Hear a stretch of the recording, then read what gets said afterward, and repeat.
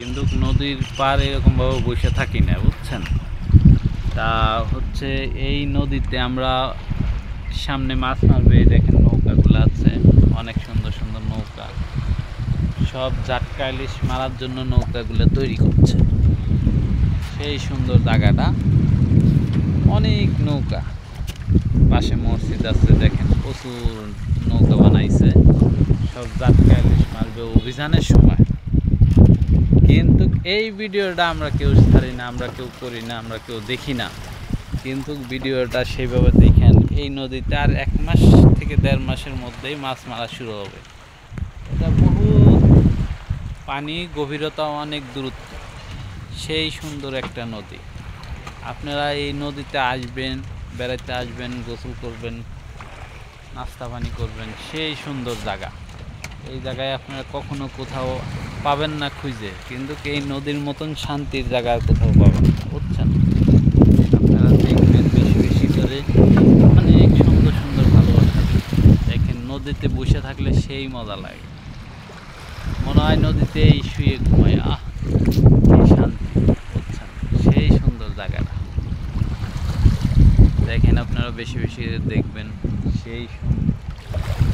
ওই যে নদীর ওপারে দেখা যায়, ভাই আমার ক্যামেরা তো অত মাইলেজ নাই, অল্প মাইলেজ।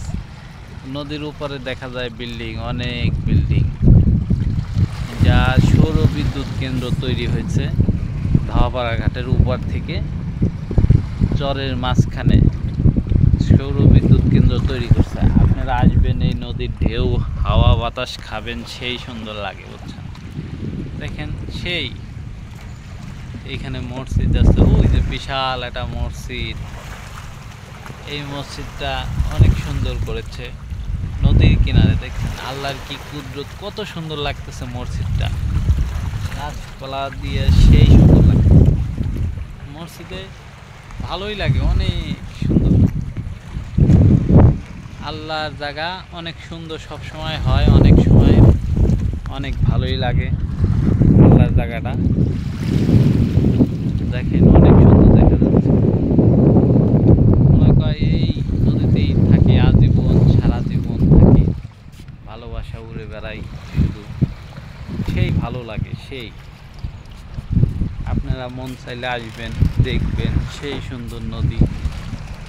দেখেন পাশে নৌকা আছে, অনেক কিছু আছে।